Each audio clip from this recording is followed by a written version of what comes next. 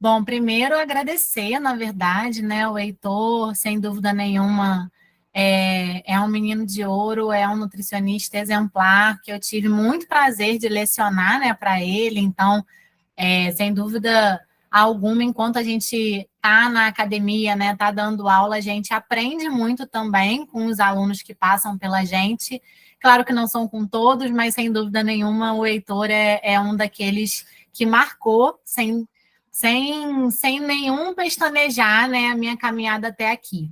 Então, agradecer, e quando ele me fez esse convite, de fato, eu não pude negar.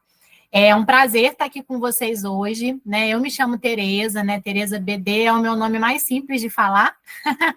E eu sou nutricionista, formada pela UF. Assim que eu saí da faculdade, eu fui fazer residência em oncologia, que era a minha área realmente de desejo. E de lá para cá, né, eu venho atuando na nutrição oncológica, me aperfeiçoando em outras áreas. Então, eu sou nutricionista hoje também, formada em nutrição funcional, e fiz mestrado, doutorado, fiz MBA, e fui me especializando mesmo em áreas afins para tentar melhorar, né, o meu desenvolvimento enquanto nutricionista. Falar para vocês um pouco da minha atuação como nutricionista oncológica assim, é um desafio, porque vocês vão ver que eu vou trazer bastante informação aqui, mas isso é um peteleco, né, de tudo que eu preciso pensar, fazer e manejar para cada paciente que senta ali no meu consultório, né, que entra em contato comigo. Então, eu costumo dizer que ser nutricionista oncológica é um diferencial desde o quanto é a sua consulta, né? A gente precisa ter um olhar e uma forma de falar diferente desde esse primeiro contato. E eu vou tentar mostrar para vocês um pouquinho, primeiro, do porquê que eu escolhi ser nutricionista oncológica, e a partir disso, de que maneira que eu acredito que eu, né, como nutricionista oncológica, eu venho cuidando das vidas que vêm passando por mim, tá? Pedi para o Heitor compartilhar para mim aí o slide por uma questão tecnológica, então, em alguns momentos eu vou pedir, acabei, enfim, para ele poder ir passando para mim. Pode passar, Heitor, por favor. Primeiro, assim, para vocês entenderem o que é o câncer, eu não sei exatamente, né, todo o público que está aqui, mas o câncer, ele pode ser considerado uma doença onde a gente tem células de crescimento desordenado, células que passaram a partir de uma mutação, né, de uma modificação, elas passaram pelos processos de checagem, pelos processos, inclusive, de direcionamento para a morte celular. Então, o ciclo celular, né, ele acontece de maneira permanente e repetitiva, mas em cada ciclo a gente tem momentos de checagem, que a gente chama de checkpoint. E a célula tumoral, ela é uma célula que passou, né, foi capaz de passar por esses checkpoints, de forma que ela não só sobrevive, como também se prolifera de maneira não controlada, tá?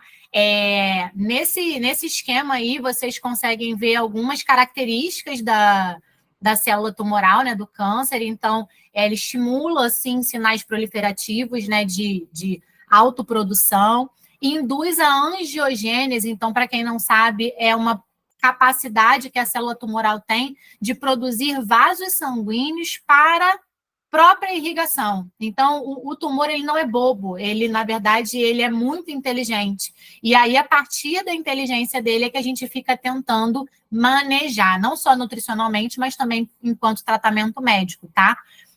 Diante de um câncer, a gente tem todo um processo inflamatório, com produção de citocinas inflamatórias, com aumento de oxidação, espécies reativas de oxigênio, e é a partir de todas essas características que a gente vai trabalhar, tá? O tumor, ele, talvez a grande capacidade dele, nutricionalmente falando, é que ele sim consegue produzir, né, direcionar uma produção energética para si próprio a partir das nossas reservas. Então, eu vou falar um pouco mais à frente essa questão de dieta restrita em carboidrato, né? De açúcar alimenta o câncer. Isso não é bem assim. A gente vai entender um pouquinho melhor que é sim uma demanda prioritária das células tumorais, mas ele passa um pouco pela porta de entrada aí, se a gente der mole, tá? Pode passar, Heitor, por favor.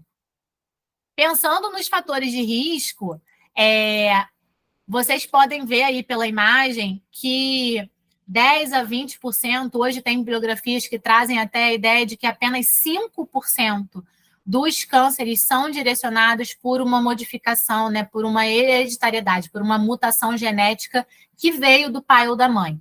Todo o restante é influenciado por fatores inerentes ao indivíduo, ao hospedeiro, né? E ao ambiente onde ele está inserido, onde ele escolheu, muitas vezes também, estar inserido. E é aí que a alimentação entra, tá? Então, nesse primeiro momento, eu quero trazer para vocês a ideia de que a nutrição oncológica, ela não vem só como uma especialização para tratamento, ou para a reabilitação do paciente. Pensando até mesmo nos direitos sociais, a gente tem a alimentação como direito social, e é um direito que perpassa o objetivo maior, que é de saúde. Então, nesse aspecto, a gente tem, sim, um papel fundamental na prevenção, na proteção, e também no tratamento, na reabilitação. Então, aqui, né, alimentação, sedentarismo, todo o processo de estresse, o sono irregular, a obesidade, que não sei se todos sabem aqui, mas a obesidade não é mais só um estado nutricional, desculpa. A obesidade é considerada uma doença crônica inflamatória. Então, todos esses aspectos ambientais que a gente identifica como modificáveis são responsáveis pela maior parte do desenvolvimento dos cânceres que a gente tem hoje, tá? Pode passar, Heitor. Por que, então, que eu resolvi fazer nutrição oncológica? Lá atrás, né, eu sou nutricionista oncológica há cerca de 10 anos, e eu já me deparei com uma realidade assustadora. E a taxa de incidência e de morbimortalidade por câncer no nosso país só aumenta. O câncer é um dos problemas, um dos maiores problemas, né, de saúde pública, não só aqui no Brasil, mas em todo o mundo, tá? Estima-se que entre 2020 e 2040, né? Então a gente está nessa faixa, a gente tenha um aumento de 66% no número de novos casos e 81% de mortes por câncer. E aí a gente precisa entender aonde que cada um de nós aqui está diante desse cenário, né? Qual é o nosso papel nesse momento? Mesmo quem não quer trabalhar com oncologia, está fazendo um processo preventivo para si próprio, para sua família? Está fazendo um processo preventivo nos pacientes que está atendendo? Se aqui tem algum paciente, né, que o Heitor falou que ia convidar também, vamos pincelar um pouquinho, talvez, o que a gente fez, que a partir de aqui a gente pode mudar, tá?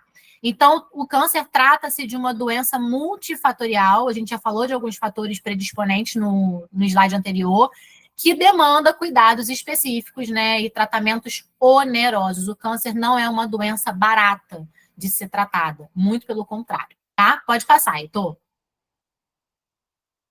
A nutrição oncológica, ela está na lei. E eu falo isso hoje com muito brilho nos olhos, porque isso é recente. Pode passar, Heitor.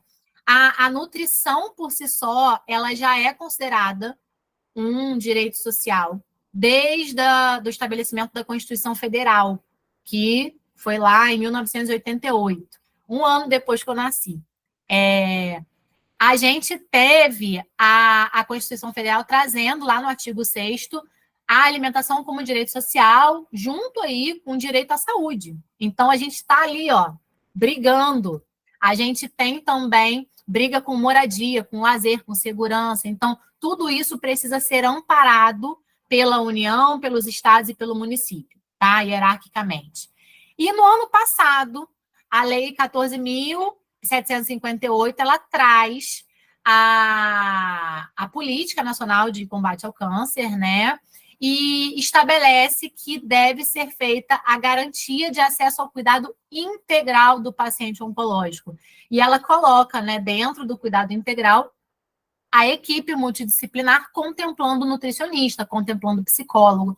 Então, a gente está amparado pela lei, né? Não é um pormenor, não é um a mais de cuidado. A nutrição, ela é base do tratamento, tá? Pode passar, Heitor.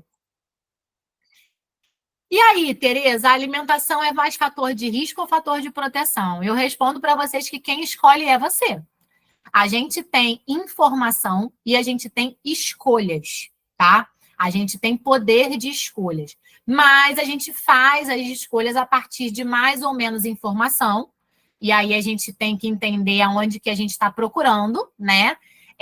E a gente tem que ver também quais são as nossas possibilidades ou os nossos limites. Então, vamos lá, vamos falar um pouquinho. Pode passar, Heitor.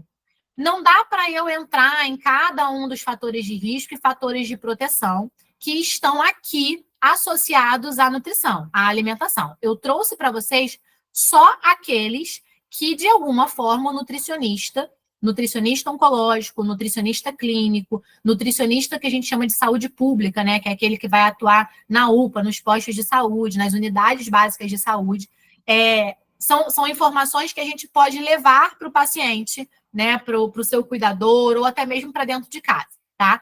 Então, excesso de peso, eu vou falar de maneira bem ampla, tá? O excesso de peso, né, ou obesidade, então sobrepeso ou obesidade, eu já falei que é um processo inflamatório, né? Tecido adiposo é tecido inflamado e o câncer, ele sobrevive melhor em um ambiente inflamado, tá? Não é à toa que ele causa inflamação até mesmo para manter aquele ambiente mais favorável a ele, tá? O excesso de peso, a obesidade é considerado fator de risco para retorno da doença, para recidiva. Então, tumor de mama, tumor de próstata, que naturalmente, até pelo tratamento, levam um ganho de peso, né, por conta da hormonioterapia, muitas das vezes, a gente precisa tratar esse paciente com esse olhar, né, de controle de ganho de peso, controle de excesso de peso, para evitar retorno da doença. A hiperglicemia, que não acontece só em paciente que é diabético, né? Hiperglicemia, muitas vezes, vem sendo desencadeada até em picos por conta de estresse, muitas vezes, tá? Em um ou outro indivíduo. Isso aumenta o fator de crescimento tumoral, que é também semelhante à ação da insulina. A alta ingestão de gordura, isso é especificamente voltado para risco de câncer de mama, câncer de pulmão e de próstata. Consumo hiperproteico, ou seja, essas dietas cetogênicas, dietas hiperproteicas, né, de livre acesso, né, de livre adesão, a gente precisa ter controle com isso, porque consumo de 2 a 3 vezes mais o recomendado de proteína tem estímulo carcinogênico, tá? A gente tem as células se proliferando a partir de matriz proteica. Baixa ingestão de frutas, verduras e legumes. Então, a gente tem como recomendação consumir cerca de 400 ou mais gramas desse grupo de alimentos no dia. Então, a fruta do café da manhã, o lanchinho, a vitamina, o suco, a salada crua, cozida, refogada, assada, tudo isso ao longo de todos os dias a gente precisa ir estimulando. Bebida alcoólica, né? É fator de risco de maneira geral, mas principalmente para tumor de cabeça e pescoço, né? Boca, faringe, laringe, e também fígado, por conta da citotoxicidade, e câncer de intestino, tá? Pode passar, Heitor. Pensando aí em mais fatores nutricionais, agora no prato, né? Com relação aos adoçantes, curiosamente, a gente não tem evidências científicas de que nenhum adoçante cause câncer, mas a gente tem o papel de orientar o paciente a fazer escolhas pelos adoçantes naturais, né? Então, estévia, xilitol, eritritol, em detrimento dos artificiais, como sucralose, né? Enfim. O excesso de sal, principalmente para câncer gástrico, não só o sal de adição, o sal de mesa, mas também presente em produtos ultraprocessados, empacotados. O mesmo cabe para carboidrato simples. Então, a gente tem também estímulo de carcinogênese, não só pelo açúcar de adição, mas pelos doces, produtos açucarados, como, por exemplo, bebidas engarrafadas, encaixotadas, como suco de caixinha, ou suco de pozinho, Clyde, Tang, as bebidas gaseificadas, refrigerantes. Então, tudo isso tem muito açúcar, tá? Com relação a leites e derivados, atenção que o fator carcinogênico não está no leite, tá? Não está no potencial inflamatório que o leite causa, não devemos consumir leite, não é por aí. A ideia aqui é que o excesso de cálcio tem associação carcinogênica com câncer de próstata. Então, é consumir excesso de laticínios, fazer suplementação em altas dosagens ou sem necessidade de cálcio. É isso que tem cientificamente comprovado. Ao mesmo tempo, ingestão de carne vermelha, que eu vi até que era uma das perguntas, né, que o pessoal colocou. Então, a carne vermelha em excesso, ela leva excesso de consumo da gordura saturada, e é isso que é carcinogênico, principalmente para cólon e próstata. E aí a gente tem uma recomendação de consumir não mais do que 2 vezes por semana, não ultrapassando 500 gramas de carne bovina, né, incluindo aí fígado, né, os miúdos, por semana, tá bom? Pode passar, Heitor. Ainda, né, para fechar aí o grupo dos carcinogênicos, a gente tem hidrocarbonetos aromáticos, policíclicos e aminas heterocíclicas ou acroleínas. O que é isso, Tereza? Isso são compostos que são produzidos, né, sintetizados e depositados em alimentos que sofrem aquela torra, ou seja, alimentos que têm proteína e até mesmo um pouco de carboidrato, quando a gente faz ficar douradinho, na chapa, na grelha, quando recebe fumaça ali do carvão, a gente cria aquela crosta, a gente tosta ele um pouquinho. Então, é nessa camada superficial, que muitas vezes é para gerar mais sabor, né, mais palatabilidade, que a gente tem a produção desses compostos que são carcinogênicos de forma geral, para todo tipo de câncer, tá? Ao mesmo tempo, nitratos, nitritos e nitrosaminas também são compostos químicos específicos de embutidos, salsicha, linguiça, todos os apresentados, né? Até mesmo peito de peru, e também alimentos que são salgados ou defumados. Então, são produtos processados. A acrilamida, né, que eu falei anteriormente, a acroleína, desculpa, que eu falei anteriormente, é produto de forma de cocção, forma de preparo. Esses aqui já são produtos do processamento industrial. A gente, no alimento in natura, né, vindo da natureza, a gente não tem esses compostos. O outro, que é muito importante, que está super em alta, todo mundo falando dele, é o bisfenol A. Bisfenol A é um composto presente no plástico. E ele vai sim para o alimento quando esse plástico é aquecido. Então, o cafezinho no copo plástico, café quente no copo plástico, o chá no copinho, tá? Talher de plástico, prato de plástico, ou até mesmo os potes, né? Tupperware, vasilhame, marmita. Quando a gente pega e coloca nesse utensílio um alimento aquecido ou alimento que tenha gordura, tá? Um arroz refogado, ele já faz com que o bisfenol do material plástico vá para o alimento. E a gente vai consumindo isso ao longo da vida, tá bom? O agrotóxico, acho que é mais clássico aí para todo mundo, que faz mal, né? E causa, sim, câncer, tem associação com alguns tipos de câncer. Ele vai estar presente, infelizmente, nas frutas, nas verduras, nos legumes, nos cereais, né, nos grãos. E aí a gente precisa se atentar para preferir alimentos orgânicos, pelo menos aqueles que a gente consome em mais quantidade, aqueles que a gente consome no dia a dia, que a gente não deixa faltar na nossa casa, tá? É a estratégia que eu uso, a estratégia que eu propago por aí. E, por fim, os metais pesados. Os metais pesados, eles também são compostos que estão em utensílios e podem passar para os alimentos, mas também eles estão em cosméticos, desodorante, shampoo, produto de maquiagem, tá? Em pesticidas, né, que são tipos de agrotóxicos, e alimentos que são contaminados por níquel, por exemplo. Então, a gente tem chumbo, alumínio, arsênio, níquel, mercúrio, são metais pesados que também têm associação com mutação genética, e a gente vai, ao longo da vida, se expondo, né, e impregnando isso e fazendo com que o nosso organismo precise se defender. Pode passar, Heitor. Então, de forma geral, gente, eu sei que está pequenininho aí, mas no dia a dia, o que eu sempre falo? Seja um paciente que esteja em tratamento de câncer, seja um paciente que veio para mim para tratar uma gordura no fígado e que tem ali história de câncer na família. O que eu sempre falo? Sobre os agrotóxicos, então, para sim preferir alimentos orgânicos do seu consumo mais frequente.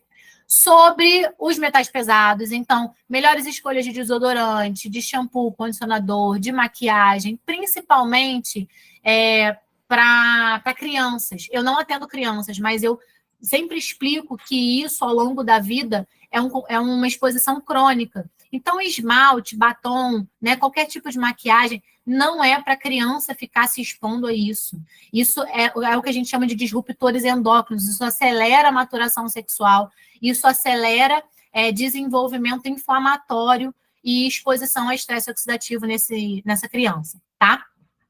A questão das formas de cocção, então, cozinhar mais em calor úmido, né, com água mesmo, ou em ambiente fechado, como forno, ou até mesmo air fry, micro-ondas, não são equipamentos que causam câncer. A diferença está no que a gente coloca ali dentro para cozinhar, tá? Que muitas vezes são produtos processados, e também no utensílio que a gente usa ali para aquecer, tá? Então tem que ser de vidro, tem que ser de cerâmica, os próprios talheres, né? Para consumo, seja na rua, seja em casa, os utensílios para mexer as panelas, tá? Então a gente tem que trabalhar um pouco isso. Além disso, eu sempre falo do consumo de carne vermelha, da recomendação de carne vermelha, da questão dos fast foods de ultraprocessados, da bebida alcoólica e o mito, né, a questão do leite. Então, eu sempre explico ali um pouco sobre isso. E do bisfenol A, né, de maneira geral, para a pessoa tentar ir trocando os utensílios ou ir escolhendo. Então, frutas, verduras cruas, né, saladas sem molho, a gente pode colocar em tupperware de plástico. Agora, o que foi refogado, ou até mesmo um abacate, por exemplo, que tem gordura, eu vou lançar mão de pote de vidro, por exemplo, tá? Pode passar, Heitor. Mas, gente, a nutrição, ela não é só fator de risco, muito pelo contrário. Se fosse, a gente não estava aqui, né? A gente não fazia valer a nossa adesão aí aos planos de saúde, a gente não fazia valer a nutrição, né, como equipe multidisciplinar preconizada em lei, nada disso, tá? Então, nesse documento, a gente tem a ideia de que 1 a cada 10 tipos de câncer poderiam ser prevenidos só com alimentação, tá? É importante, de maneira geral, a gente respeitar o processo de limpeza que o nosso corpo naturalmente faz. Então, vocês vão ver que em vários momentos eu vou falar de fígado, de intestino, de microbiota. Por que isso? Porque fígado e intestino são órgãos primordiais para detoxificação. Dieta detox, por exemplo, que vocês já devem ter ouvido falar, não é à toa, né? Dieta detox é algo que a gente pode fazer de 2 em 2 meses, de 3 em 3 meses, para limpar essas exposições que a gente não tem controle. Eu não tenho controle de estresse, muitas das vezes. Eu não tenho controle de poluição. Eu não tenho controle de radiação. Nesse momento, eu estou sendo irradiada aqui pelo computador, né? Então, de tempos em tempos, vale a pena. E a gente, pela alimentação, a gente consegue manejar isso, tá? Pode passar, Heitor.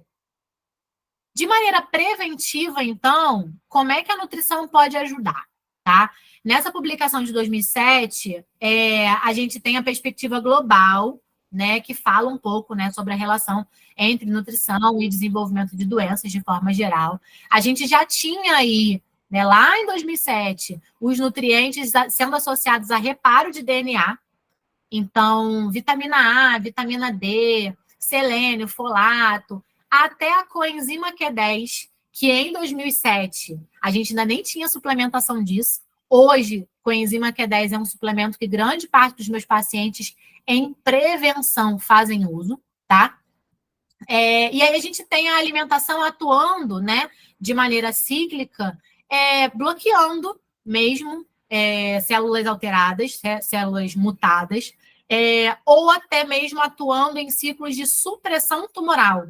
Então, a gente não tem, de maneira catalogada, a ideia de que um alimento cura o câncer ou um alimento diminui o tamanho do câncer, tá? Mas a gente tem, sim, cúrcuma, né, a curcumina, a ginesteína, produtos do chá verde, a gente vai falar um pouco sobre isso. Resveratrol, que é o meu queridinho desde aí da época do mestrado e doutorado, como o Heitor falou, que está presente nas uvas, são o gingerol, que está presente no gengibre, são compostos, hoje, considerados bioativos. Então, a gente não tem recomendação de consumo, como a gente tem de um carboidrato, como a gente tem de um cálcio, tá? Os compostos bioativos, a gente não tem uma dose recomendada diariamente, mas a gente sabe que o consumo crônico, o consumo habitual, gera benefícios à saúde, tá? Então, esses compostos a gente vai ver aqui de que maneira, né, que eles podem atuar.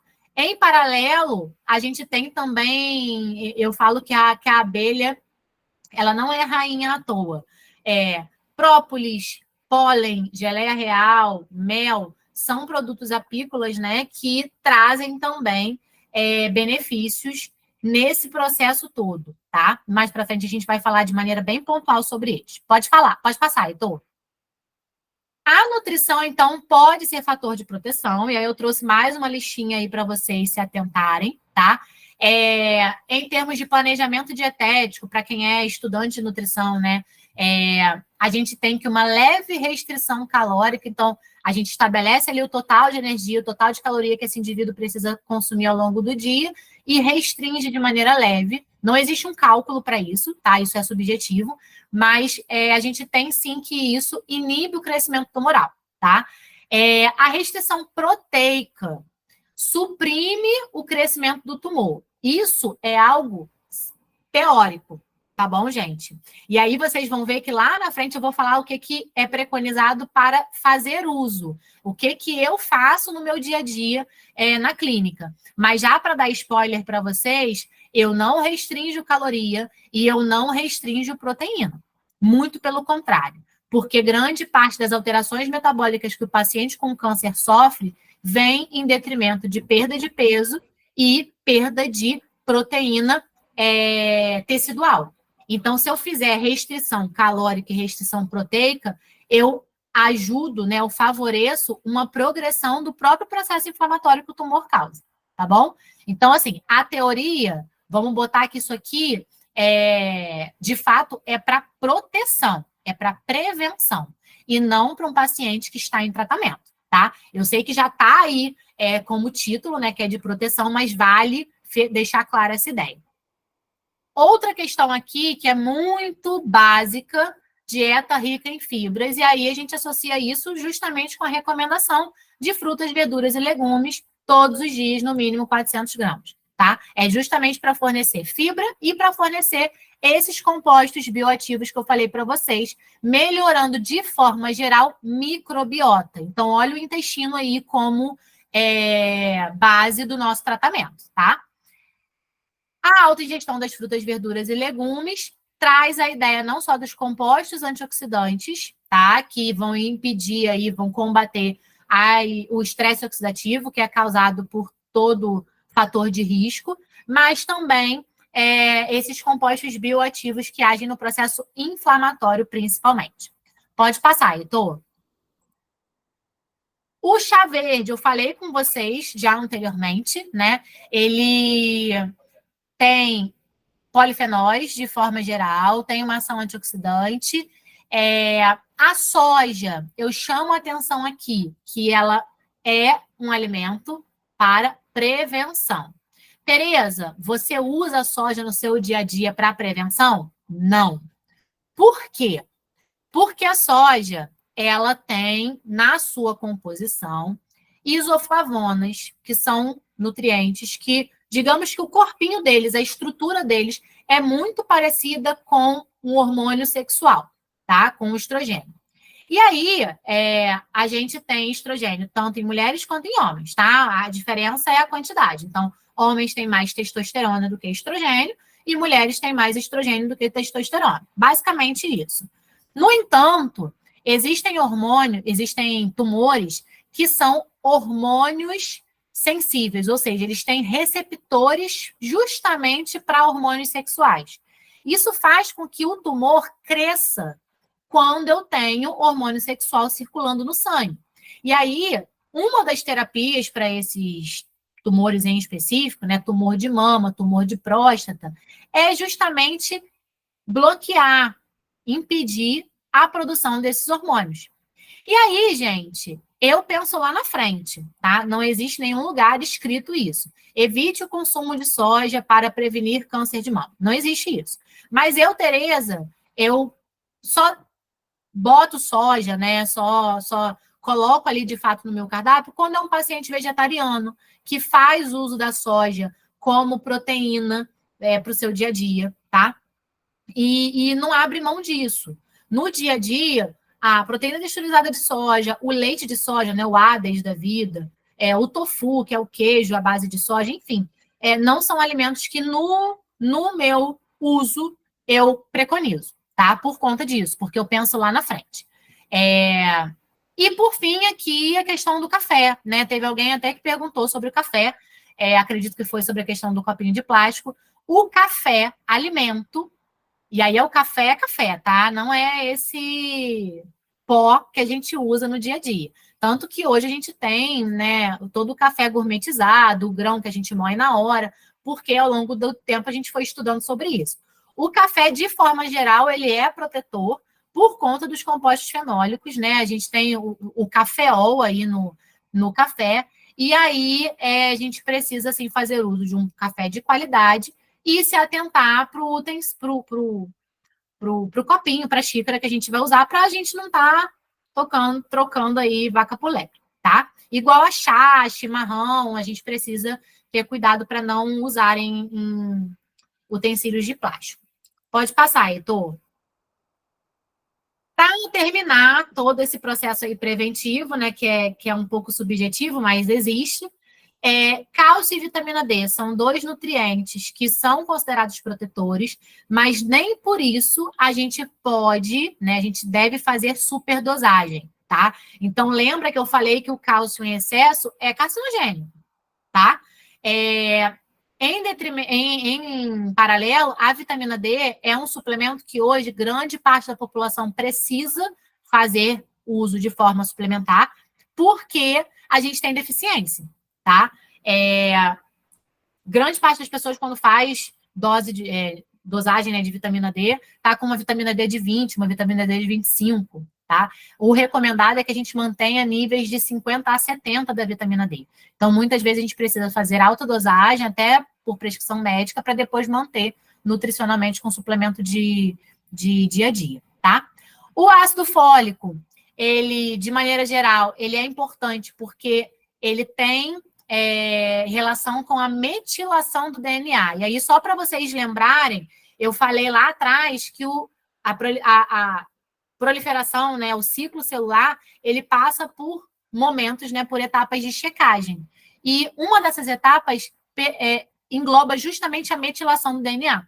Então, como é que uma célula vai fazer checagem, vai matar uma célula que está alterada ou vai levar essa célula à parada se não tem um nutriente que é específico para uma das fases, tá? Então, o ácido fólico é assim, importante. Muitas vezes a gente acha que ácido fólico precisa suplementar só em gestante, mas a gente precisa, sim, fazer dosagem disso e suplementar sempre que necessário, tá? E o ômega 3 é o amor da minha vida, porque, na verdade, o ômega 3 ele é anti-inflamatório, ele é um suplemento preconizado, principalmente porque a gente não consegue, infelizmente, atingir a recomendação de ômega 3 pelo consumo alimentar, porque o ômega 3 é o óleo do peixe, né? Vem do óleo do peixe, e a gente não tem esse hábito de consumir peixe em grande quantidade. Então, a gente tem sim o ômega 3 como potente anti-inflamatório, atuando aí não só como fator de proteção para o câncer, mas também para doença cardiovascular, para depressão, para fibromialgia, tem N funções para função cognitiva, né? Concentração, memória. Então, assim, ômega 3, ele, para mim, é muito padrão ouro, tá? Pode passar, Heitor. E aí, gente, para fechar um pouco essa ideia, essa mesma publicação que eu falei com vocês anteriormente, né, que é uma publicação mundial, ela traz os 10 passos, né, para a prevenção contra o câncer, e dentro disso, ela passa pela atividade física, né, que não é algo que a gente, nutricionista, pode preconizar, mas está lá como orientação, então a gente precisa direcionar esse paciente para um profissional educador físico ou até mesmo para um fisioterapeuta, dependendo da sua condição, para que ele pratique atividade física, exercício físico de forma orientada, tá? Mas ela traz a questão de comer as frutas e verduras e legumes no mínimo 400 gramas por dia. Traz também a questão da carne vermelha no máximo 500 gramas por semana, limitar o consumo de bebidas e produtos açucarados, né? Toda a questão de limitar o consumo de gordura. Então, tem todos esses 10 passos aí vinculados a controle de peso, a amamentação. Então, tem fatores que são de comportamento e fatores alimentares, né? Específicos aí para prevenção contra o câncer, tá? Pode passar, Heitor. Para a gente tentar pincelar, Tereza, será que tem alguns alimentos que a gente pode tentar colocar no nosso dia a dia ou analisar aí no nosso consumo que seriam considerados protetores, né, preventivos? Aí eu trouxe os top 10 que eu considero importantes. Então, a gente tem, em termos de composto, o ácido elágico, que está presente na romã, nas frutas vermelhas e nas nozes, tá?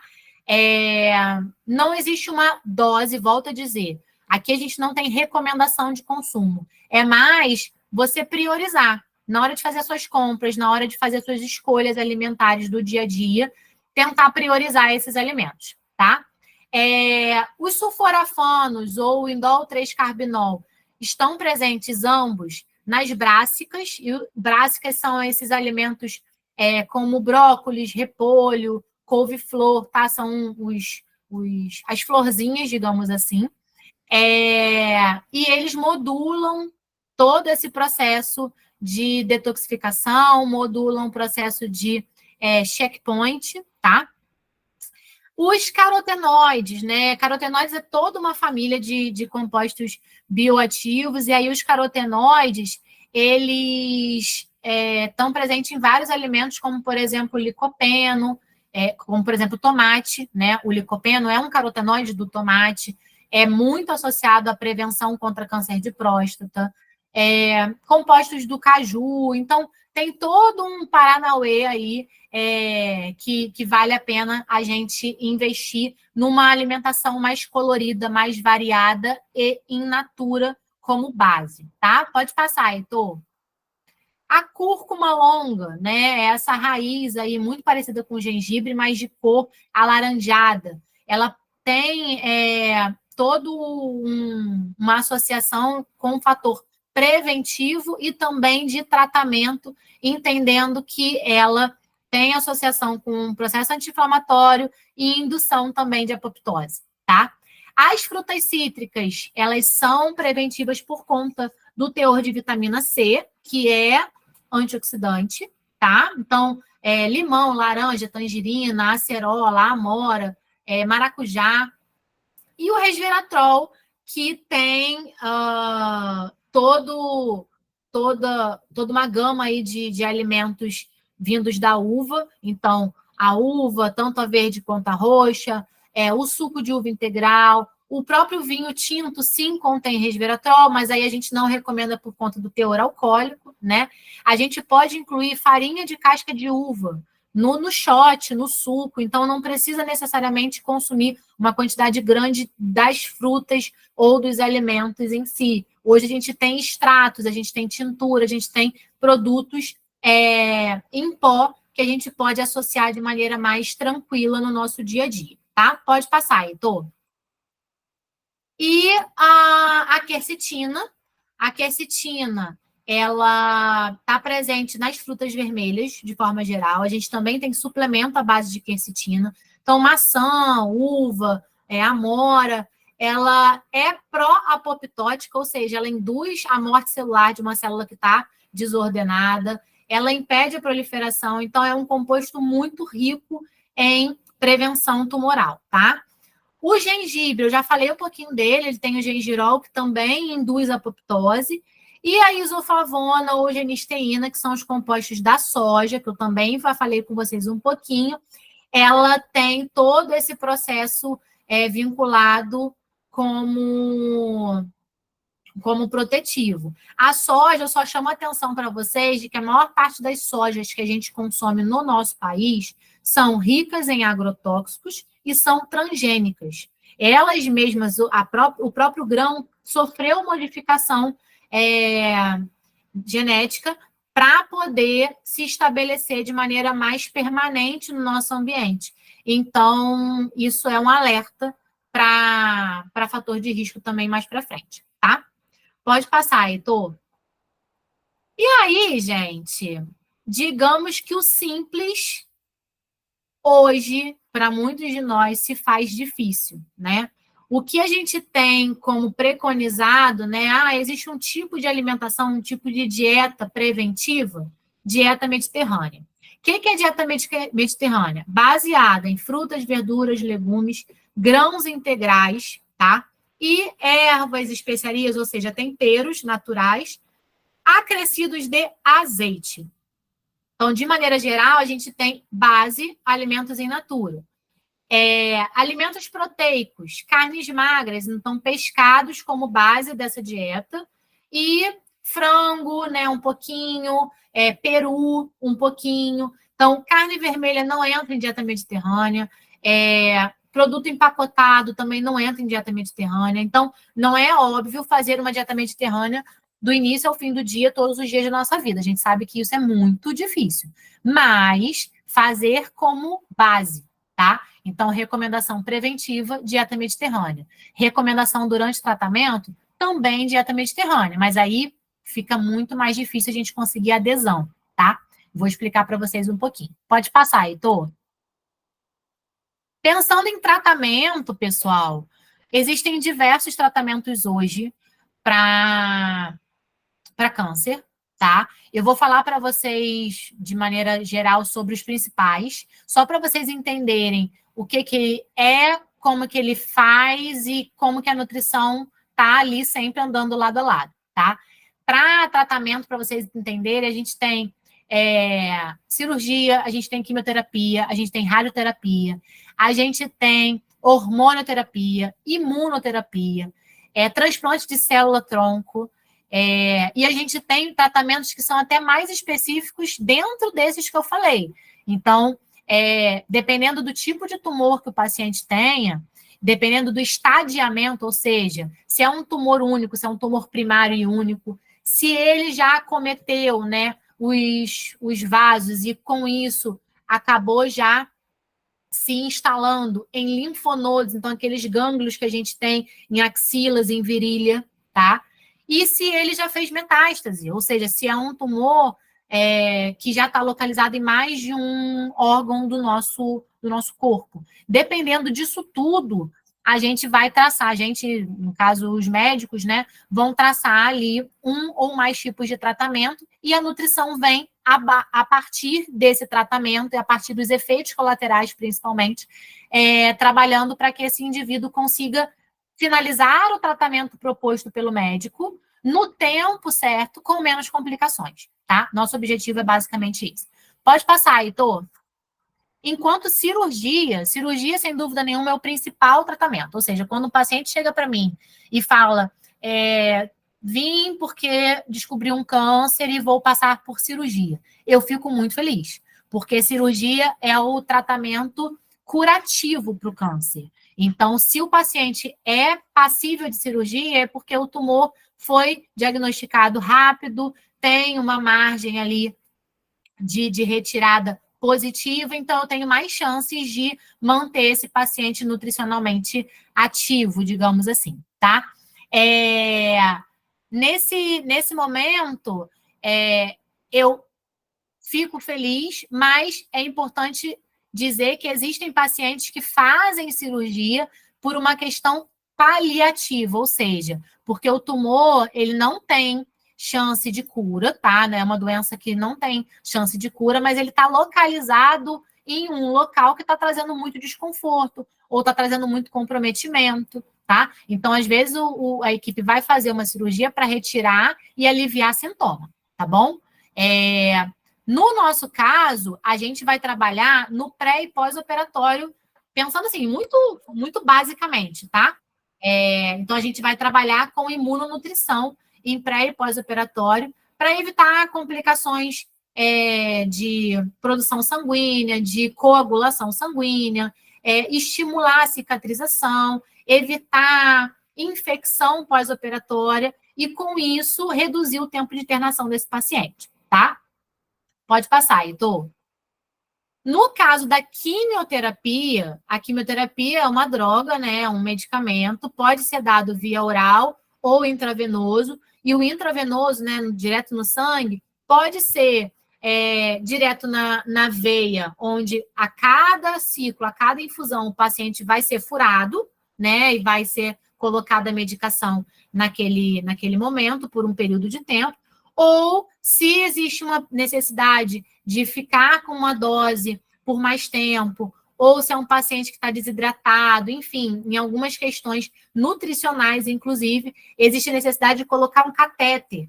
E aí, esse paciente faz uma cirurgia para colocação de um catéter e a quimioterapia é colocada direto naquele catéter, ele vai para casa, fica uns dias com aquilo, infundindo de pouquinho em pouquinho, e volta para o centro de quimioterapia para retirar e aí ficar no período de intervalo, tá? Então, o objetivo da quimioterapia, né, é matar, então é uma droga citotóxica que pode ser usada de forma isolada ou combinada para um tratamento que vai pegar o corpo todo, porque vai para o sangue, tá? A finalidade pode ser curar, mas também pode ser neoadjuvante, ou seja, antes da cirurgia, diminuir aquele tumor para que a cirurgia consiga tirar uma parte do corpo, né? Enfim, do órgão daquele indivíduo, sem comprometer a funcionalidade daquele local. Então, o tumor ele tem um tamanho, só que na cirurgia a gente faz toda uma margem de segurança. Então, a gente retira o tumor e um espaço em volta dele para pegar possíveis células que estão ali soltas, tá? Então, muitas vezes a quimioterapia ela vem para diminuir o tumor e tornar esse paciente passível de cirurgia. E a quimioterapia, ela pode ser também adjuvante, ou seja, fez a cirurgia, tirou o tumor sólido, ou seja, visualmente, né, ressecável, e aí faz quimioterapia durante algum tempinho para matar células que pelo corpo possam estar ainda liberadas e tumorais, tá? Os maiores efeitos da quimioterapia acontecem em células de proliferação rápida, de turnover rápido. Então, a quimioterapia, ela acomete, né, ela lesiona, enfim, ela altera principalmente medula óssea, então, sistema imunológico, folículo piloso, ou seja, por isso que muitas vezes o paciente perde cabelo, tá? Não só da cabeça, mas também de sobrancelha, né? Do corpo todo como um forma geral. E acomete a mucosa do trato gastrointestinal, ou seja, intestino, estômago, esôfago, tá? Então, tudo isso vai gerar efeitos colaterais nesse paciente. É com base nessas alterações que a gente vai trabalhar no paciente em quimioterapia. Pode passar, Heitor. No caso aqui, gente, a radioterapia, ela é uma radiação aplicada de maneira local, onde aquele tumor está instalado. Não dói durante a aplicação, mas o paciente pode ter feridas, pode ter sensibilidade, né, de pele. E aí a gente entra muitas vezes com suplemento imunomodulador para esse paciente durante a radioterapia, tá?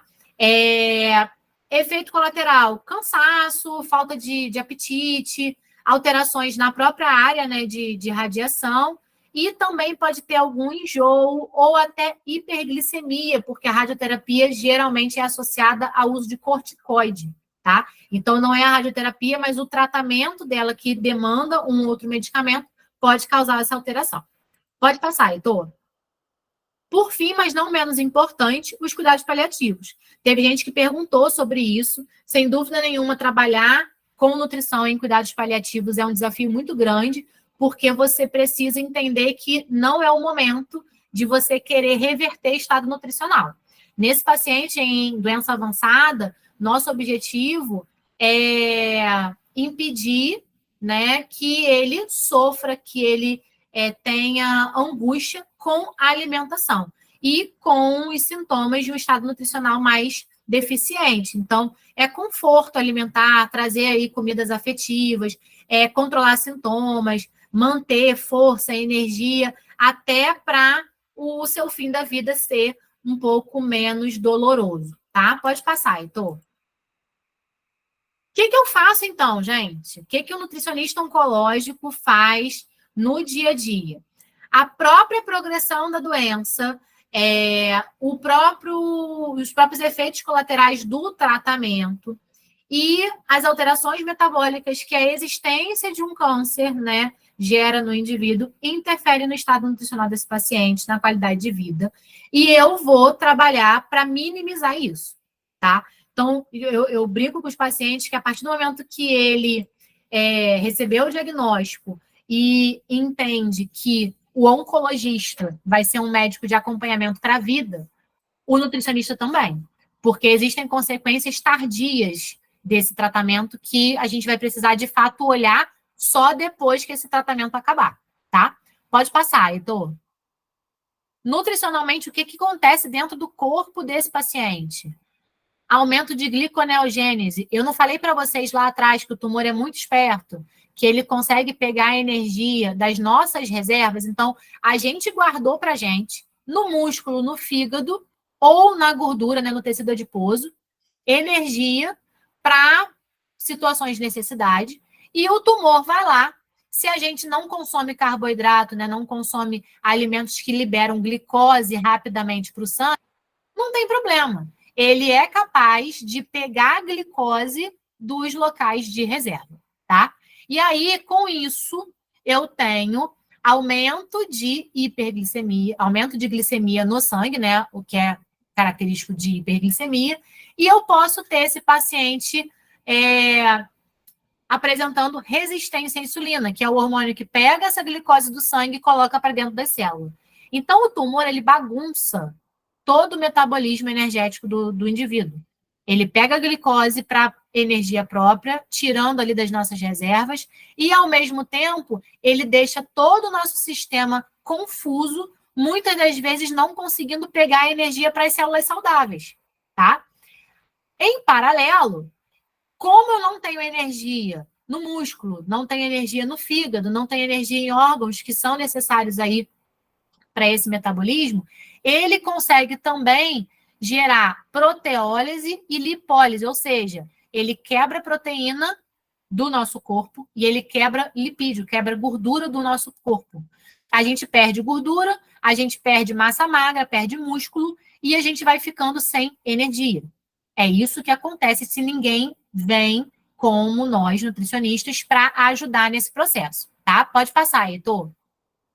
E aí, além disso tudo, ele causa todo um desequilíbrio de água e de eletrólitos. Muitas vezes esse paciente cursa com inchaço, com edema, tá? Com desidratação. E toda essa alteração gera, grande parte das vezes, deficiência ou diluição ali de nutrientes. Então, hipercalemia também acontece muito porque essas células tumorais, elas também tiram cálcio do osso, levando esse cálcio para o sangue. Então, é uma bagunça só que a gente precisa trabalhar. Pode passar, Heitor. Nutricionalmente, esse paciente pode vir a se tornar um indivíduo com caquexia, porque eu tenho aumento de inflamação, eu tenho diminuição de massa muscular, eu tenho diminuição de gordura tecidual, de tecido adiposo. E aí, isso é um clássico de uma caquexia.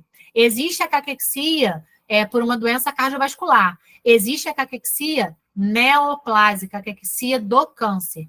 E na caquexia, eu preciso intervir de maneira muito imediata para que esse paciente não curse com o que a gente chama de sarcopenia e seja irreversível, tá? Pode passar. Qual é o nosso objetivo, então? Atuando na oncologia quanto nutricionista. Impedir ou corrigir desnutrição, independente se esse paciente já chega desnutrido e fala, eu sempre fui assim, Tereza. Eu falo, olha, desculpa, mas o que você fez da sua vida antes daqui é importante para eu registrar no meu prontuário. Mas eu preciso, sim, que algumas das questões mudem a partir daqui, tá?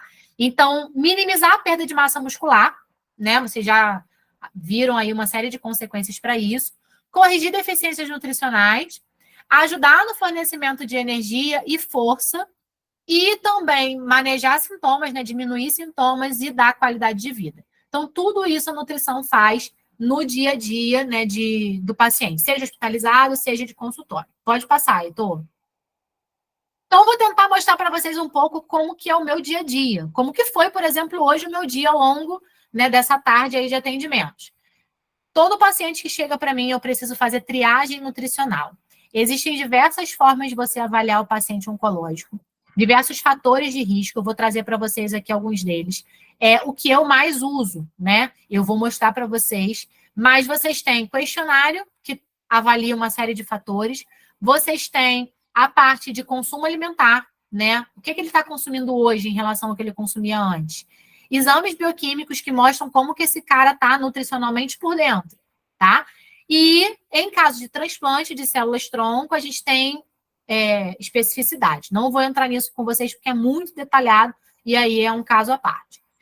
Para anamnese, a partir do momento que eu fiz a triagem nutricional, entendi como é que esse cara tá, né? Como é que esse paciente tá, eu preciso entender quem ele é, tá?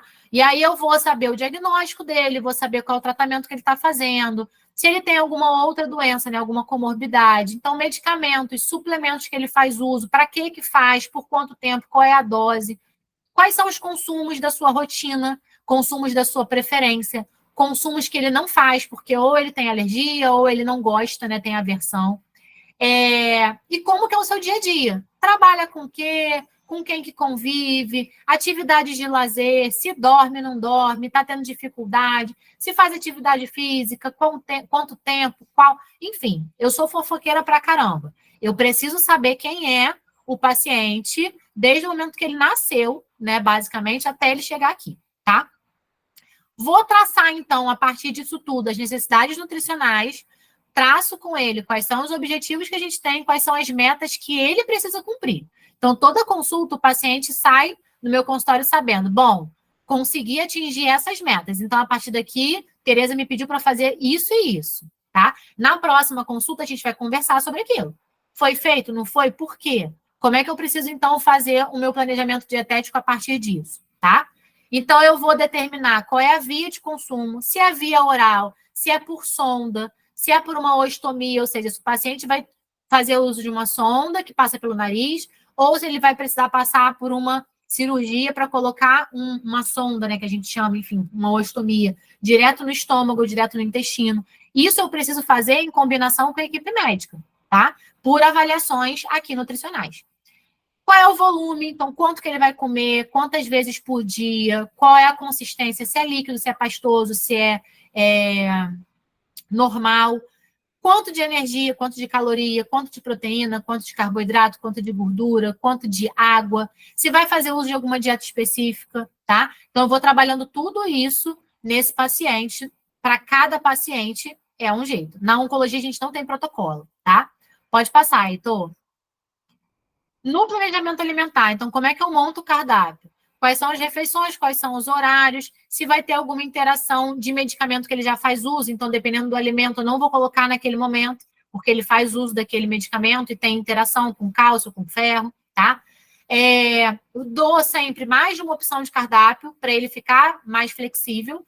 E, geralmente, é necessário que eu promova ali, que eu sugira algumas mudanças de comportamento, como maior hidratação, alguns manejos para melhorar sono, como higiene do sono, exercício, né? Direcionar ele para um profissional. Então, São itens que geralmente eu converso.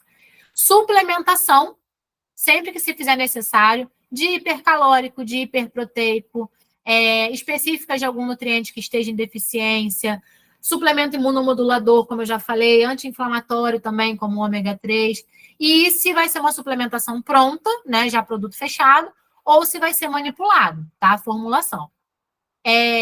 No caso, no finalzinho eu passo algumas orientações nutricionais que são específicas, tá, para esse paciente. Então, eu, Tereza, não dou um livro de orientações nutricionais, eu coloco para ele exatamente o que ele precisa e vou trabalhando em cima disso, a cada consulta. Pode passar, Heitor.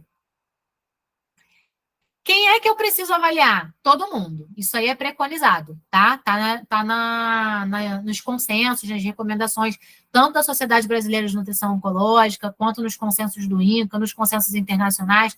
A diferença é de quanto em quanto tempo que eu preciso reavaliar esse paciente. Então, uma vez que o paciente tem diagnóstico, eu preciso fazer a triagem nutricional e estabelecer, a partir do risco que ele apresenta, a frequência de reavaliação, tá? Pode passar, Heitor.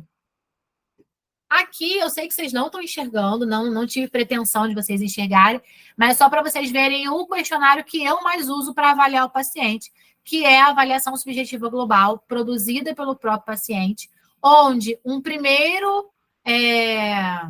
a primeira etapa, o próprio paciente preenche, depois entra em consulta comigo e aí eu preencho o restante com ele. No final, isso dá uma pontuação e aí a gente consegue identificar risco, tá? Nesse questionário, a gente avalia consumo alimentar, alteração de peso, diagnóstico, então alguns parâmetros que vocês vão ver que são fatores de risco de forma geral. Pode passar, Heitor.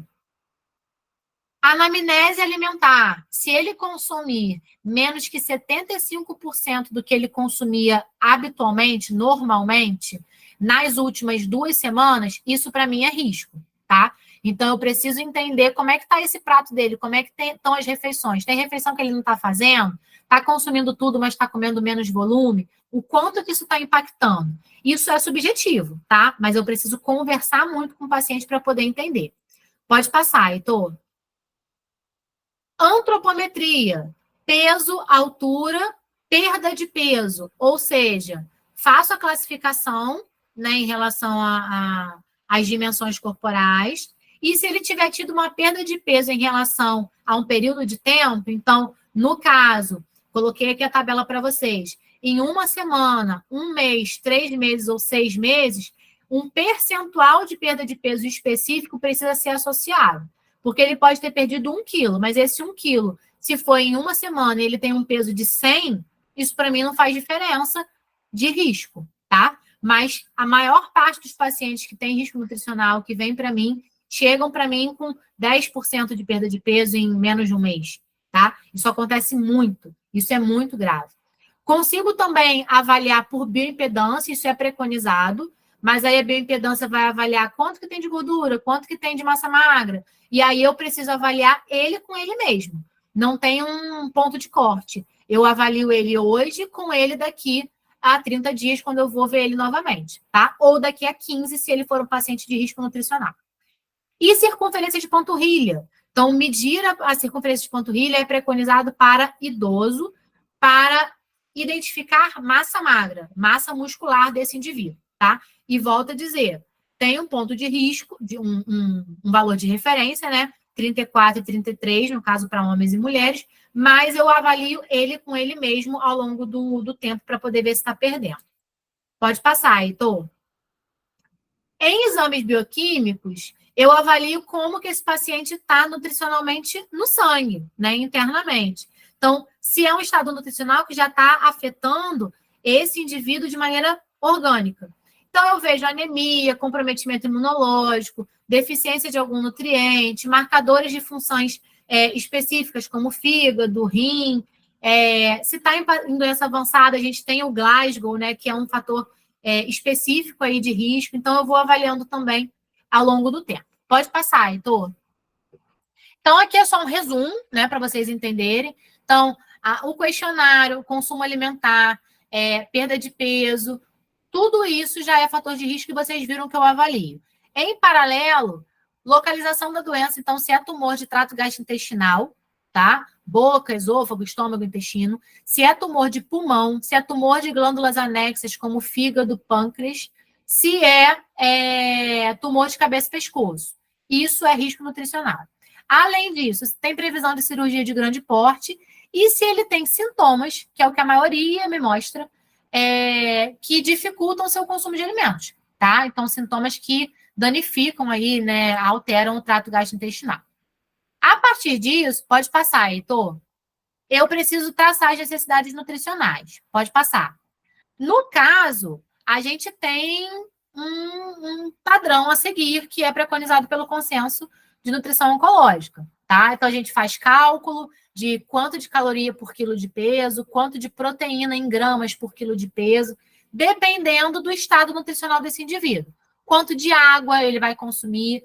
Em quimioterapia, esse teor de água precisa ser aumentado, porque a quimioterapia ela é eliminada, o excesso dela, pela urina e pelo cocô, e, né, pelas fezes, então a gente precisa de mais água. Então, eu preciso avaliar o paciente de forma geral, inclusive para determinar quanto que ele vai comer de cada nutriente e quantas vezes ao dia, a partir de quais alimentos, tá? Pode passar, Heitor. De forma geral, dieta normoglicídica, então não é para restringir carboidrato, tá? Diminuir carboidrato não melhora o câncer, não gera perda de e acaba gerando perda de peso. A dieta cetogênica não é recomendada para paciente em tratamento, tá? A gente tem estudos que fazem isso, mas a gente não tem isso como recomendação. O tumor, ele se supre sozinho pela gliconeogênese, eu falei com vocês anteriormente. Então, se eu faço isso, eu acabo estimulando ainda mais hiperglicemia, estimulando resistência à insulina, e aí eu tenho um processo de menor energia para as células normais, para as células saudáveis, tá? Pode passar, Heitor. No caso das proteínas, lembra que eu falei para vocês lá na frente, lá atrás, que era preventivo restringir proteína? No tratamento, a dieta geralmente precisa ser hiperproteica. Eu só não faço dieta hiperproteica em pacientes que têm alteração renal, tá? Paciente que tem insuficiência renal crônica e não faz diálise. Mesmo assim, já teve caso de paciente vir e eu ter que conversar com a nutricionista que fazia o acompanhamento dele por conta da insuficiência renal e passar ele para uma dieta hiperproteica, porque para o tratamento que ele estava no momento, que era oncológico, eu precisava. Depois, ele veio a fazer diálise. Mas, naquele momento, a gente não tinha como postergar mais, tá? Então, a dieta hiperproteica vem pela necessidade do indivíduo, pelo fato dele fazer proteólise, né? Para ele ter quebra de proteína, quebra de massa magra. E aí, eu faço suplementação, eu coloquei aí mais ou menos na ordem de preferência, tá? Aminoácidos, que já é o nutriente passível de absorção direta, peptídeos de colágeno Body Balance, que tem uma digestibilidade mais fácil e uma utilização mais eficiente. Proteína vegetal é, na ordem aí, a preferência, mas ela não é muito palatável, tá? E o whey protein, que é a proteína do soro do leite, tá? Essa é a ordem que eu, Tereza, utilizo no meu dia a dia. Pode passar, Heitor. Normolipídica, gordura é fonte de energia, mas eu também não aumento por conta de todo o processo, até mesmo de dislipidemia que o tumor pode trazer. Então, a gente tem aumento de lipólise, né, pelo tumor, e com isso eu preciso sintetizar energia, muitas das vezes pela gordura, tá? Pode passar, Heitor. Como que eu faço, então, o planejamento alimentar, galera? As estratégias aí dietéticas vão depender do paciente, da aceitação, das possibilidades que eu tenho, inclusive possibilidades de aquisição, tá? Possibilidade financeira desse paciente. Eu atendo tanto paciente particular quanto paciente de convênio. Eu não aceito convênio, mas pacientes que tenham plano de saúde, né, e vêm para mim no particular. E eu atendo também pacientes que são tratados pelo SUS, tá? Eu atendo de forma voluntária e pacientes que vêm pelo SUS para mim na consulta social que eu acabo oferecendo alguns horários ao longo da semana, tá? Geralmente, o ideal é o fracional máximo, então, de 5 a 6 refeições por dia, gera mais adesão. O paciente consegue seguir melhor o meu plano, tá? Pode seguir, Heitor. Talvez grande parte de vocês tenha conhecimento do que o nutricionista faz para diminuir sintomas. E aí eu vou trazer para vocês alguns sintomas e um pouco do que eu faço para cada um deles, só para vocês entenderem como que isso é cereja do bolo em grande parte dos casos, tá? Pode passar, Heitor. Paciente, lembra que a quimioterapia e o tumor é algo sistêmico e acomete principalmente células de proliferação rápida. Então, é um paciente que tem sistema imunológico, sistema de defesa comprometido. Eu preciso orientar quanto à higiene dos alimentos, alimentos que ele vai consumir na rua. Se é alimento cru, ele só vai consumir em casa, e eu preciso orientar como é que ele vai higienizar, tá? Alimentos que são manipulados na rua, então molho, caldo de cana, açaí, suco de laranja que passa no processador, isso na rua ele não vai tomar, tá? Em casa, no dia a dia, ele vai preferir usar alho, usar própolis, cúrcuma, gengibre, inhame, frutas cítricas, tudo isso ajuda na imunidade, tanto para a produção dessas células quanto para a manutenção do sistema imunológico, tá? Pode passar, Heitor. Com relação a náuseas e vômitos, que é um efeito colateral que medicação, radiação, cirurgia, muitas vezes causa, tá? É muito comum. Eu preciso, grande parte das vezes, gerar até uma restrição no preparo. O paciente, às vezes, enjoa com o aroma do alimento, tá? Com aspecto do alimento. Então, alimentos mais molhados geralmente causam enjoo, alimentos quentes causam enjoo. Então, eu vou preferir preparações geladas, preparações mais sequinhas, vou orientar ele a fazer uso de limão, de gengibre, de picolé, de sacolé, mas eu preciso me atentar para o medicamento. Tem medicamento que ele não pode tomar gelado. Então, eu vou pensar nisso tudo de uma maneira geral, tá? Pode passar, Heitor. No caso de uma anorexia, né, uma falta de apetite, ela é causada pela inflamação, de maneira geral, tá? E também por um processo emocional. O paciente, muitas vezes, deixa de comer por um processo depressivo, a partir do diagnóstico.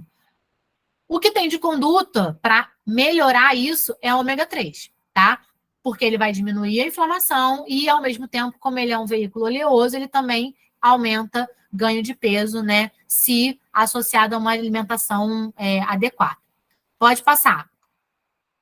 A mucosite, eu não sei se vocês já ouviram falar, mas a mucosite ela é muito frequente em pacientes que faz radioterapia de cabeça e pescoço, então a radiação é aqui. Mas também pode ser causada por quimioterapia, tá?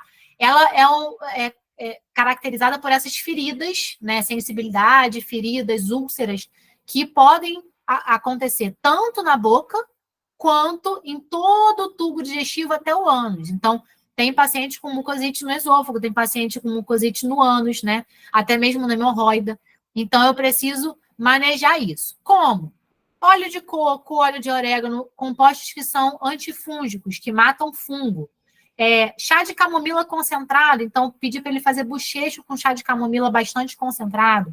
Geleia real, própolis, né? Vocês mesmos já podem ter usado própolis em afta, né? Porque é antibacteriano também. E uma dieta que seja mais fácil de manejar na boca, que não cause irritação e que não cause também nenhum tipo de irritabilidade. Irritabilidade não, corte, tá? Pode passar, Heitor.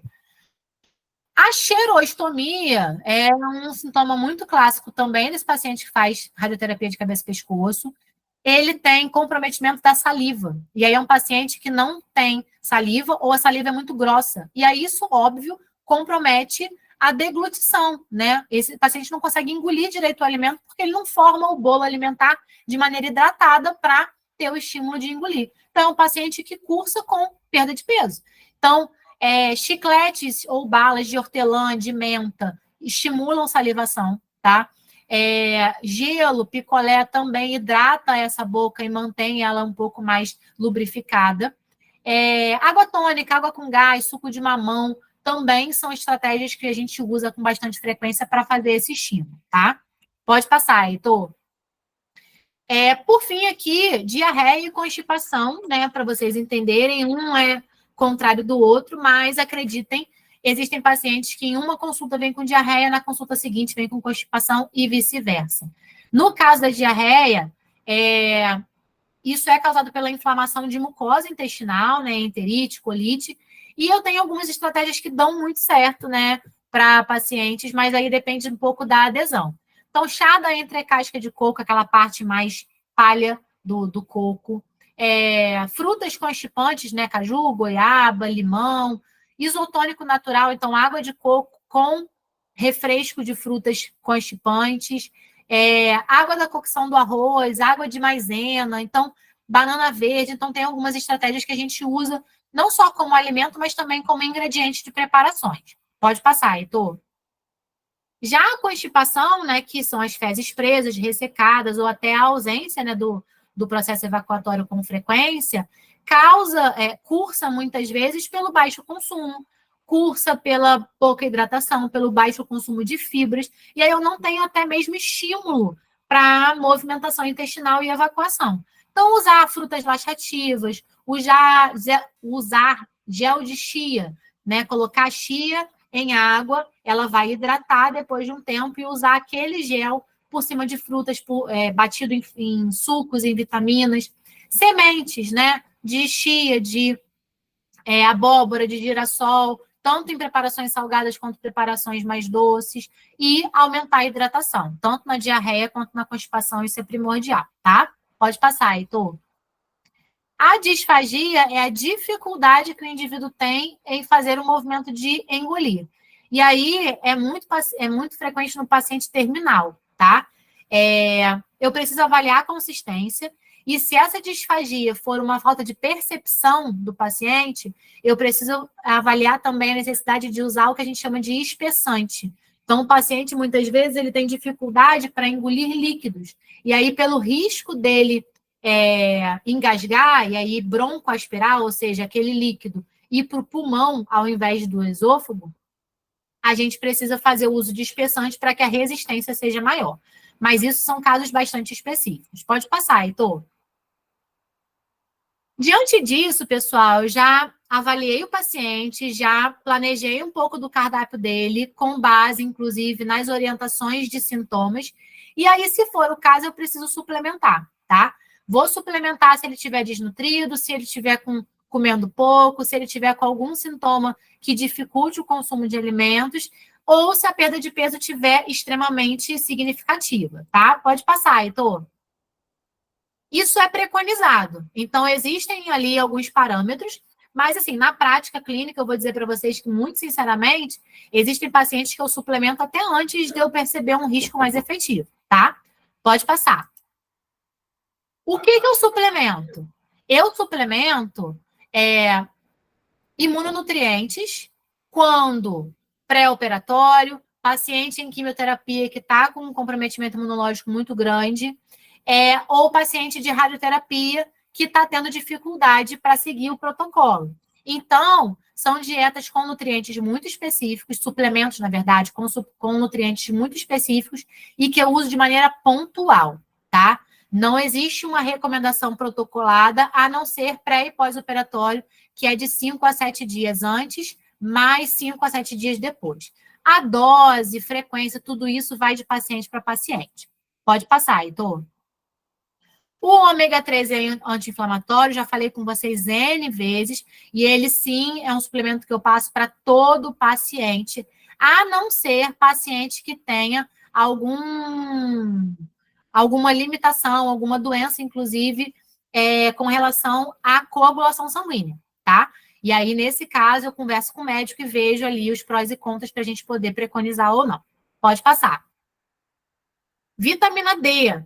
Falei com vocês que a maioria chega deficiente. Vitamina D, ela ajuda a impedir proliferação, a induzir a apoptose, aos processos de checagem, tá? A impedir angiogênese, a impedir a irrigação sanguínea no tumor. Então, se está deficiente, eu faço uso e aí faço encaminhamento médico se está muito deficiente, está muito baixinha, e aí eu peço para o médico prescrever de forma medicamentosa, e aí depois que atinge, né, pelo menos os 50, eu mantenho com as 4.000 unidades por dia, tá?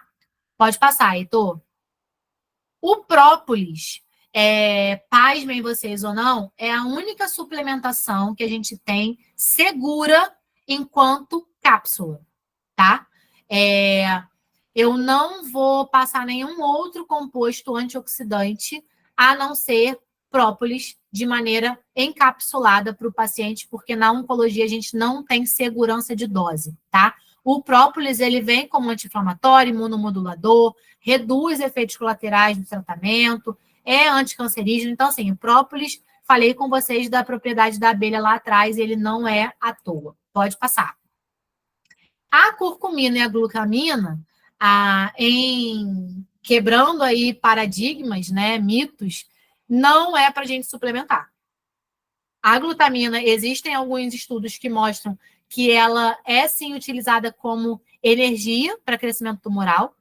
E a curcumina, em altas doses, né, de maneira suplementar, ela tem uma capacidade antioxidante muito grande. E aí ela bate de frente com o medicamento, com quimioterapia. Um paciente em tratamento, ele está inflamado e ele está oxidando.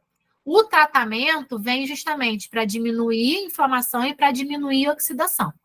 No entanto, se eu coloco um suplemento antioxidante muito potente, eu bato de frente com isso. E aí eu posso levar esse paciente a uma piora, tá? Pode passar, Heitor. Por fim, gente, vou falar um pouquinho de como termina o meu atendimento. Para mim, é importante dar para o paciente, em cada consulta, algum item, algum mimo, algum material de apoio para aquilo que ele está precisando. Então, eu entrego e-book de receita, eu entrego catálogo de compras de mercado para ele saber ler rótulo, o que ele vai preferir quando ele vê ali um monte de produto. Lista de utensílios ou até mesmo de equipamentos para o dia a dia. Sugestões de trocas inteligentes com cosméticos, com maquiagem, com produtos de limpeza. Então, eu tenho isso no meu dia a dia, eu estudo sobre isso e eu monto esses materiais para entregar para os pacientes ao longo de cada consulta. Como é que ele faz uma higiene do sono adequada? Vídeo de alongamento, eu já gravei vídeo de alongamento com o menino, né, com o personal que me ajuda. Playlist de música para ele poder ouvir no dia a dia dele. Tenho parceria, né, com loja de orgânicos, com loja de suplemento, para que ele tenha desconto, para que ele tenha benefício. Eu não ganho R$ 1 em troca disso, até por uma questão ética. Eu quero benefício para o meu paciente, porque eu quero que ele faça adesão ao meu plano alimentar e ele tenha melhora, tá? Faço também a oferta de muda, né? No caso, aí eu preconizo a muda de Ora Pronobis, que é uma punk que eu tenho em casa, que é fonte de proteína, que a gente pode usar em suco, em ovo estrelado, refogado no arroz, com carne. E aí eu dou muda de Ora Pronobis também para os pacientes presenciais.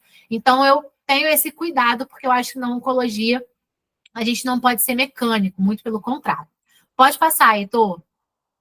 Em situações específicas, é claro que a gente precisa ter um olhar diferenciado. Então, eu sou nutricionista oncológica, mas eu atendo um paciente que tem o diagnóstico de câncer, mas que vem com uma necessidade de fazer sonda, dieta por sonda. Ou é um paciente que fez uma ressecção, né, fez uma cirurgia ali de intestino e precisou colocar bolsa de colostomia. Então, ele vai fazer, o cocô dele não sai mais pelo bumbum, sai pela bolsinha.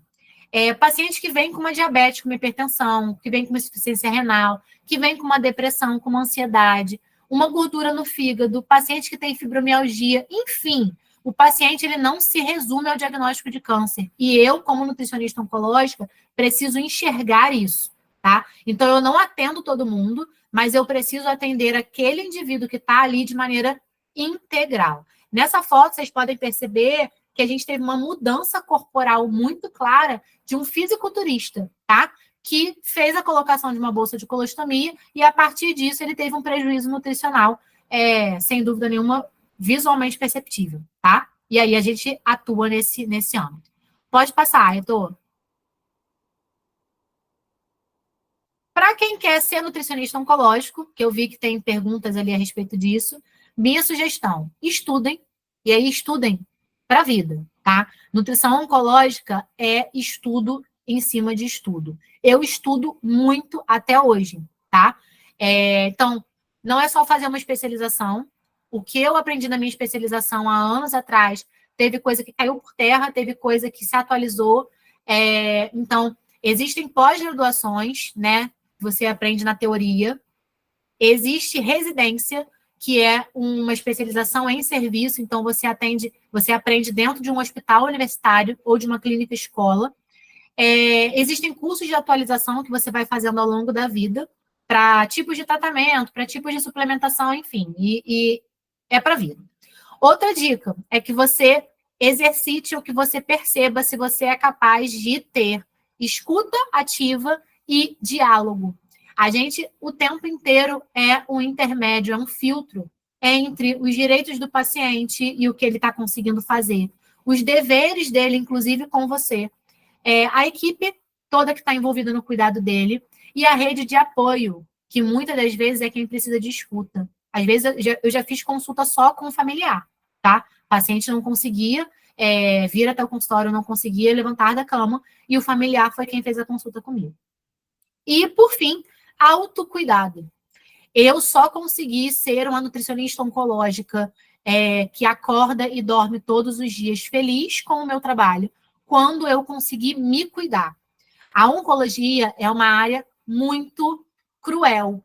A gente, muitas vezes, não tem recurso para ajudar esse paciente. A gente não tem ferramentas para direcionar uma melhor qualidade de vida para esse paciente.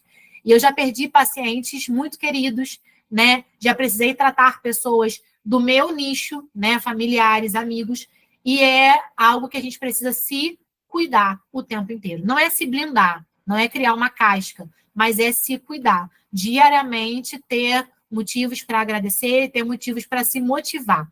E falando em motivação, pode passar, Heitor. Por último, eu trago aqui para vocês alguns, né, dos relatos de pacientes. Eu tenho cuidado de pedir para que os meus pacientes, depois da primeira consulta, eles façam uma avaliação minha, né, se quiserem, é algo voluntário, que eu mando o link e eles fazem se quiserem.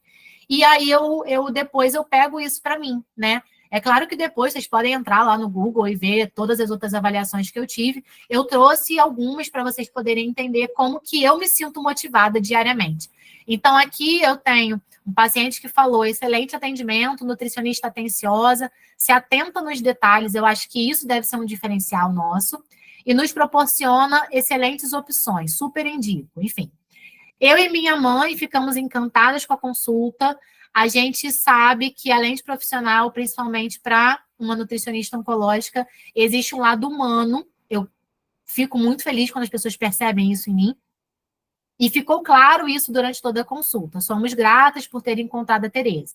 E, por fim, aqui, Tereza é a nutricionista oncológica maravilhosa, enfim, que entende e cuida de você e da sua família com maior carinho, muita competência, super recomendo. Eu acho que carinho e competência são duas características que eu fico muito grata quando o paciente consegue perceber no mesmo momento, né? Porque é difícil, muitas vezes a gente vê, tem um estereótipo aí, né, de que o profissional competente é aquele ríspido, é aquele que separa, né? E eu não sou assim, muito pelo contrário. Minha consulta não leva menos de uma hora, seja paciente de primeira vez, seja paciente de retorno. Paciente que eu atendo há mais de ano, vem comigo e ele vai ter uma hora, no mínimo, reservada para ele ali, tá? Eu preciso disso para conseguir ser uma nutricionista mais efetiva. Tá bom, gente? Então, vocês percebem aí que eu, inclusive, aqui com vocês, levei, né, cerca desse tempo. Então, espero que vocês tenham aproveitado, que vocês tenham conseguido entender um pouco do meu trabalho, que eu tenha plantado a semente aí para quem quer ser nutricionista oncológico, que eu tenha abraçado um pouco quem está passando por esse tratamento, e, enfim, que eu tenha servido de instrumento aí para essa profissão que eu tanto amo e tanto quero que crie forças para o resto da vida. Obrigada, Heitor, obrigada a todo mundo.